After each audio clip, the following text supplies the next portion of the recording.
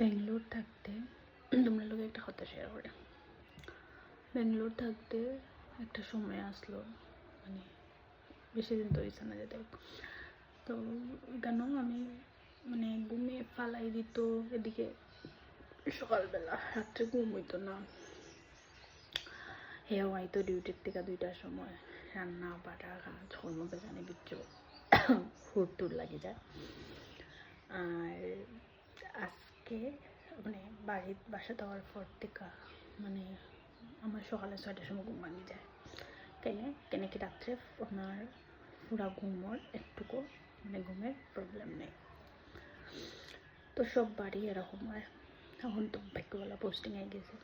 তো সব বাড়ি এরকম হয় যে সময় আমি বাড়ির থেকে মানে এখান থেকে আইতাম, রাত্রে এখানে হইলে ঘুম হইতো, কিন্তু এখানে হইলে আবার ঘুম হইতো না।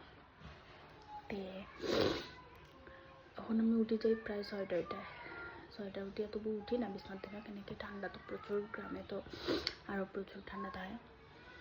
তো উঠি না, আর উঠি 8টার সময় উঠি, হয়তো কাজ টাজ করি পাই, তাহলে মানে সবসময় এটা রুলস।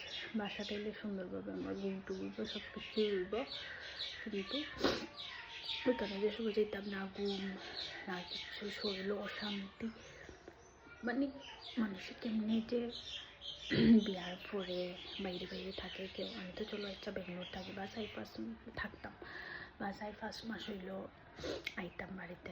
মানুষের বছরকে বছর কাটাইলায় ফ্যামিলি ছাড়া, মা বাবা ছাড়া, এরকম। আবার আমার জামাইয়ের কাছে ওই জিনিসটা নাই যে তুমি বাইরে থাকো, বাইরে চলাফেরা করো, বাড়িতে হেও মানে খুব বেশি ঘর প্রেমিক, এরকম করে আইতে লাগে। তো ওইটাই পেরি আর কি। এখন আমি সকালে উঠিয়া, কালকে রাত্রে যেহেতু গ্রহণ আছিল, তো সকালে উঠিয়া কাজ টাজ করছি। কাজ টাজ কিন্তু যেগুলো বাসি কাজ থাকে এগুলো করছি, কাপড় আসলো এগুলো শুকাত দিছি। আর কালকে রাত্রে তো শুকাত দিছি না বাইরে, সকালে উঠিয়া দিছি। এখন রান্না বাড়ার তোড়জোড় না, আমার ঘরে আমার ঘরে আবার আমার বাপের বাড়ি আমার বাবা খুব বেশি মানে 3-4-5 পদ দিয়া খাওয়ার খাইতে ভালো হয়, মানে নিরামিষ আমরা করে অত বেশি চলে না। কিন্তু আমার বিয়ার পরে এখানে আইয়া দেখছি এখানে খানের কোনো তোড়জোড় নাই, মানে কি আছে না যে আমার এটা লাগে, আমার ওই ফটটা লাগে, এই ফটটা লাগে না। না আমার শাশুড়ি, হ্যাঁ আমার